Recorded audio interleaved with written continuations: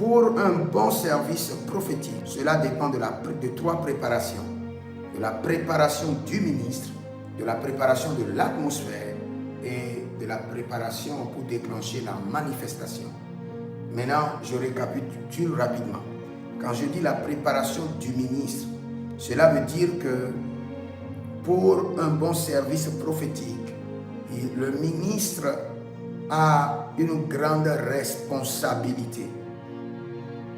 Le ministre de Dieu a une grande responsabilité sur lui-même, physiquement et spirituellement, sur son atmosphère, physiquement et spirituellement, et sur le contrôle de la manifestation, physiquement et spirituellement. Maintenant, nous irons pas à pas. Nous allons parler d'abord du ministre et nous allons revenir sur l'atmosphère et nous allons finir avec la manifestation. Allons pas à pas. Supposons que vous voulez faire un service prophétique chez vous à la maison, en famille, et vous voulez que le Seigneur vous révèle des choses. Et vous êtes le ministre, ou vous voulez faire un service prophétique dans votre groupe, dans votre cellule de prière, ou dans votre église, et vous voulez que le Saint-Esprit vous parle, vous voulez que le Saint-Esprit oriente les gens, vous voulez que le Saint-Esprit vous révèle les secrets. La préparation commence par le ministre de Dieu. Et maintenant, je dirais quelque chose de très banal, très simple, très banal. La première des choses pour la préparation du service prophétique, c'est le repos. Je répète, c'est le repos. Quelqu'un qui veut écouter de Dieu doit avoir un esprit tranquille, calme.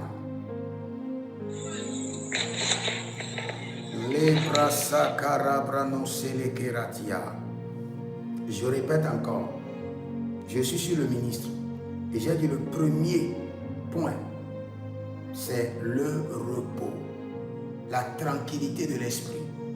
Vous savez, quelqu'un qui ne dort pas profondément est malade. Je vous assure. Quelqu'un qui ne dort pas bien la nuit, profondément, dormi au point que son âme soit satisfaite, est malade. Je vous assure. Si vous voulez préparer un bon service prophétique, la première des choses, préparez-vous les jours avant le jour du service. Le jour du service, reposez-vous. Reposez-vous tranquillement dans votre esprit. Que votre esprit soit tranquille, en paix et en joie. Je parlerai du jeûne, je parlerai de la prière, je parlerai du temps de consécration. Mais la première des choses, il y a beaucoup de personnes qui se consacrent, mais quand ils viennent à la présence de Dieu, ils n'écoutent rien. Pourquoi? Parce qu'ils manquent d'abord de paix et de tranquillité dans leur esprit. Paix et tranquillité totale dans leur esprit. Tu veux que Dieu te parle à quelques heures ou bien le jour, tu as par exemple le culte un dimanche matin et c'est à ce dimanche matin tu te lèves à 5 heures, tu commences par prier, ton esprit sera fatigué. Je vais vous donner un exemple. Et par exemple, dans votre pays,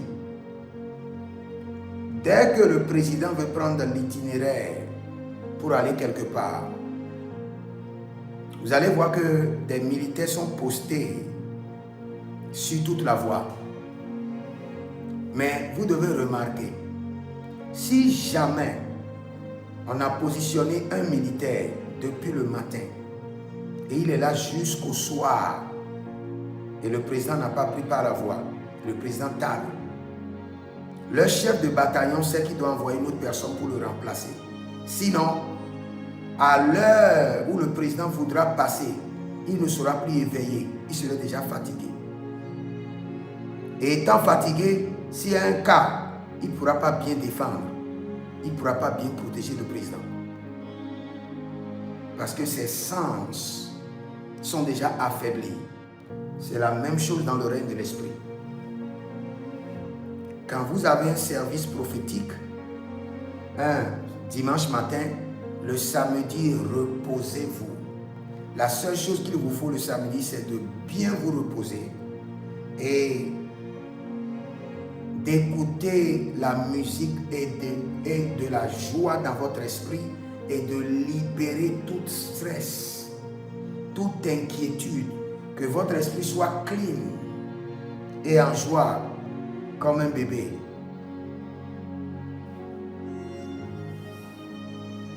Maintenant, je veux descendre. Mais ce que je suis en train de dire, je vous assure, ça compte beaucoup pour écouter Dieu.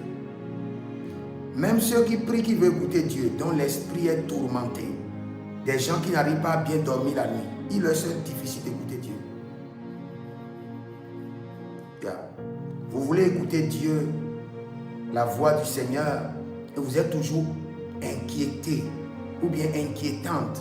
Vous analysez tout autour de vous et vous remplissez votre esprit d'inquiétude. Votre esprit n'est jamais tranquille. Ah, ceci là, pourquoi ça ne marche pas? Ah, ceci là, je n'ai pas réussi. Ah, c'est comme si j'ai raté ma vie. C'est comme si ceci. Quand vous êtes dans cette inquiétude, le Seigneur, le Saint-Esprit, ne viendra pas vous visiter. Il pourra seulement vous visiter par pure grâce. Parce que cette atmosphère est hostile. Le Saint-Esprit n'aime pas ce genre d'atmosphère. Ces gens d'atmosphère polluée. Les ondes maléfiques sont déjà accumulées dans cette atmosphère. À moins que le Seigneur vous fasse plus grâce. Il y a beaucoup de personnes qui se couchent la nuit et qui n'ont pas les rêves, qui oublient leurs rêves et qui croient que c'est les démons. Ce n'est pas les démons. Le vrai problème le vrai problème, c'est quoi? Ils ne savent pas qu'avant de se coucher, ils doivent louer le Seigneur, être en joie, se débarrasser des fardeaux de la journée. Ton patron a crié sur toi, un collègue t'a offensé, tu as commandé le gardien, il n'a pas amené ta monnaie, tu as payé quelqu'un, il a dit que tu ne l'as pas payé, il te réclame un deuxième paiement. Tu dois te débarrasser de tout ça. Parce que chaque inquiétude constitue un poids pour ton âme. Je répète, chaque inquiétude constitue un poids sur ton âme qui t'empêchera d'entendre la voix de Dieu. Avant de te coucher, tu dois louer le Seigneur, glorifier son Saint-Nom, remplir ton esprit de joie, remplis ton esprit de paix et de tranquillité. Et en faisant cela, dès que le Saint-Esprit passe à côté de toi, tu as les révélations. Dès qu'il y a un mouvement dans le règne de l'esprit, ton esprit les attire comme un aimant. Parce que ton esprit est en joie, en paix et tranquille. Il y a certaines personnes qui réfléchissent et qui coulent même des larmes avant de se coucher. Vous aurez la visitation des démons. Cette atmosphère n'est pas propice au Saint-Esprit. Donc, serviteur de Dieu, la première chose pour préparer un culte, un service prophétique, à quelques heures ou bien à un jour du programme, couche-toi, repose-toi, loue le Seigneur. C'est ce que je fais. Et je l'ai conseillé à beaucoup de personnes, ça a marché. Service prophétique, service de délivrance, je me prépare en avance. À un jour du service, je me repose tranquillement. Je loue le Seigneur. Je glorifie son Saint-Nom. Et je m'attends à l'heure propice pour qu'il manifeste sa gloire. Maintenant, deuxième point.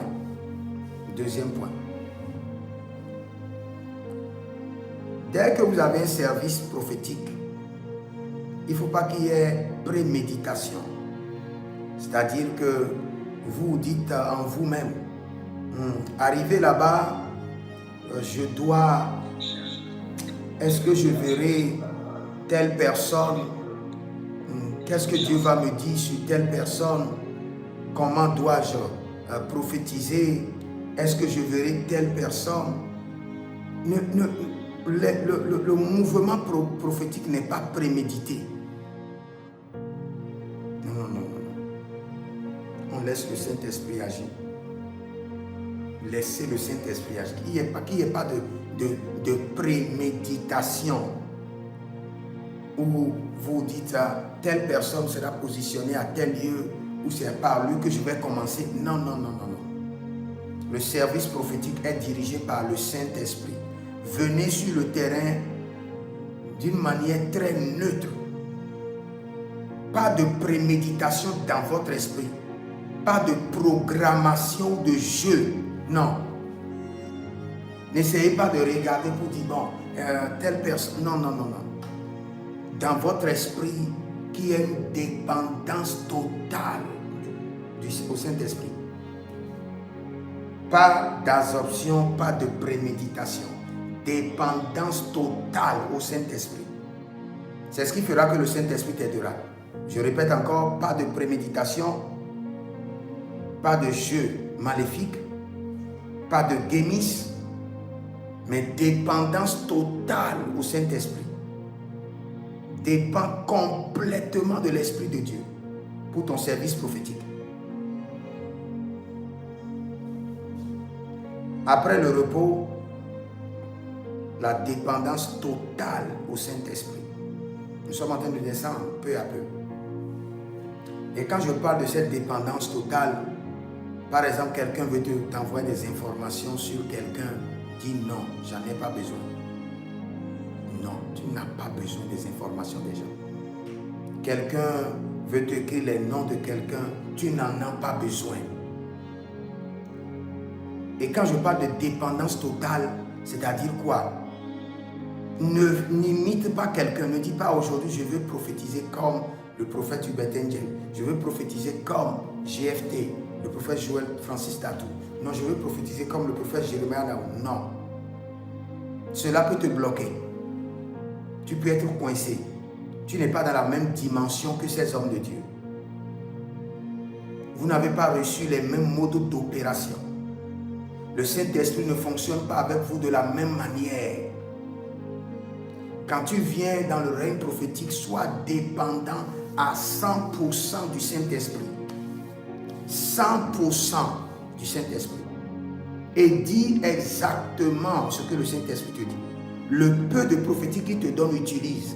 Ne veux pas jouer à One Man Show où le Seigneur, par exemple, te dit autre chose et tu veux forcément appeler des numéros, tu veux forcément appeler des noms, où le Seigneur veut que tu localises des gens et tu localises par la porte de la situation de la personne.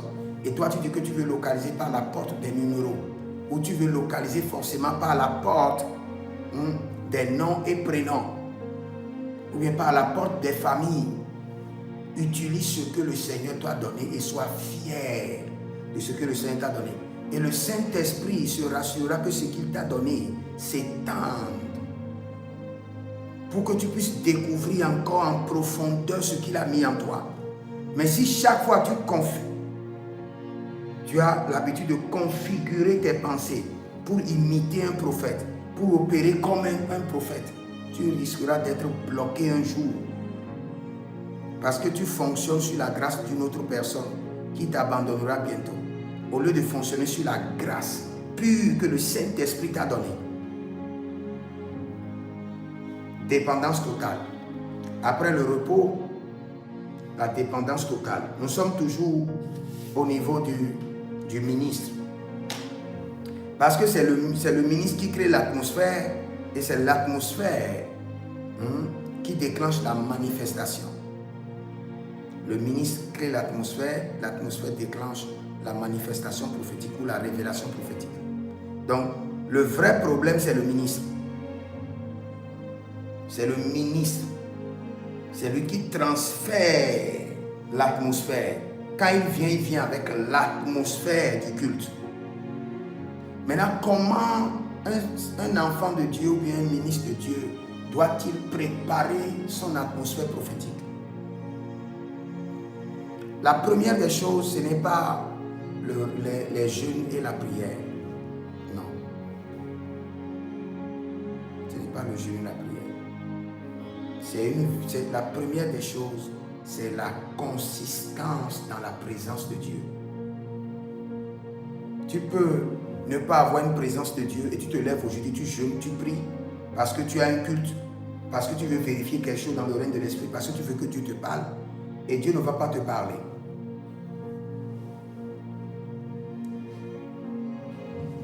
L'atmosphère du ministre est préparée par la présence constante du Saint-Esprit. Il y a une présence qui doit être sur ta vie. C'est pourquoi partout tu es, dès que tu as un peu de temps, tu parles en langue. Tu es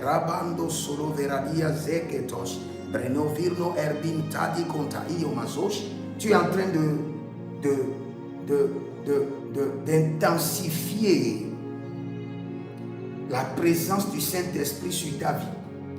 Et en faisant cela, tu es en train de créer l'atmosphère de l'Esprit qui demeurera avec toi pour toujours. Ce n'est le jeûne et la prière viennent maintenant intensifier l'atmosphère que tu avais avant. Si tu n'as pas une atmosphère de la présence de Dieu, et tu viens, tu jeûnes, tu pries, tu ne pourras pas l'activer. Il te sera difficile. Pourquoi? Je prends par exemple cet agenda qui est dans mes mains. Et pour écrire dans cet agenda, supposons que je veux écrire sur la dernière page de l'agenda, la dernière feuille de l'agenda. Est-ce que cet agenda a minimum 200 pages? Est-ce que en écrivant sur la première page, est-ce que l'écriture peut s'afficher sur la dernière page? Non. Si je veux écrire sur la dernière page, je dois feuilleter et arriver à la dernière page. Cela veut dire quoi? Tu ne peux pas sauter les procédures et dire que tu veux opérer avec le Saint-Esprit, te sera difficile.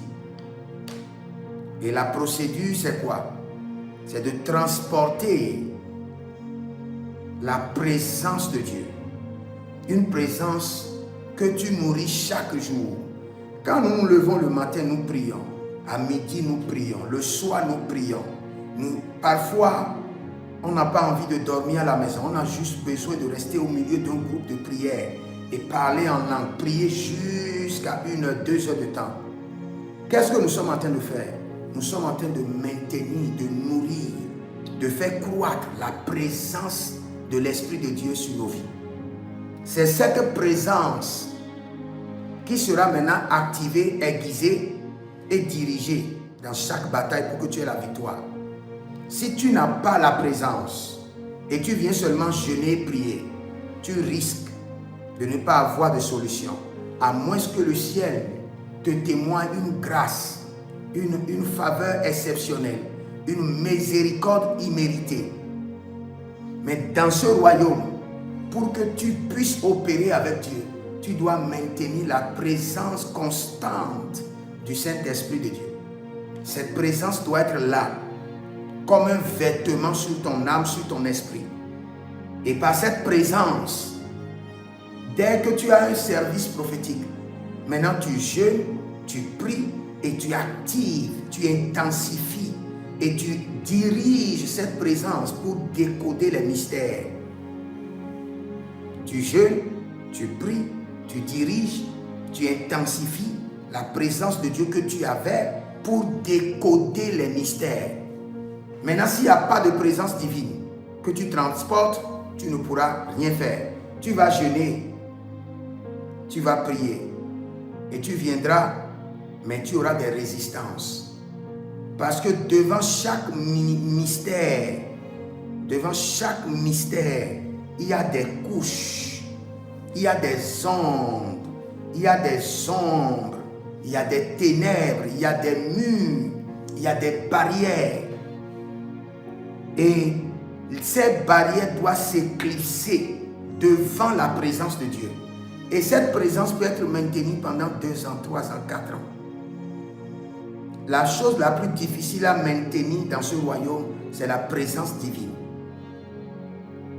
Parce qu'elle doit être entretenue, nourrie à tout moment. Vous savez pourquoi beaucoup de personnes n'arrivent pas à opérer effectivement? contre la sorcellerie. Parce qu'il y a de défaillances dans la présence divine qu'il transporte. C'est là le problème. S'il y a de défaillances dans la présence divine que vous portez, vous serez défiés devant les batailles. Parce que ce n'est pas au moment de la guerre qu'on se saisit d'une arme et on commence par l'utiliser. On est déjà formé et on a l'habileté à utiliser cette arme. Et on est expert à l'utiliser. Et au moment opportun, on en fait maintenant bon usage. Donc, dans le service prophétique, ce qui est important, c'est la présence de l'Éternel que vous avez maintenue, nourrie, activée, entretenue et transportée au fil des années.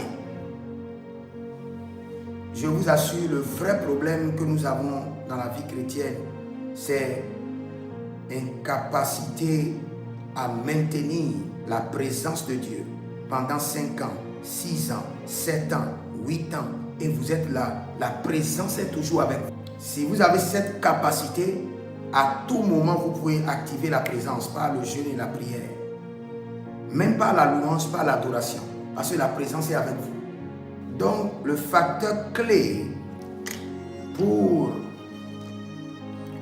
votre vie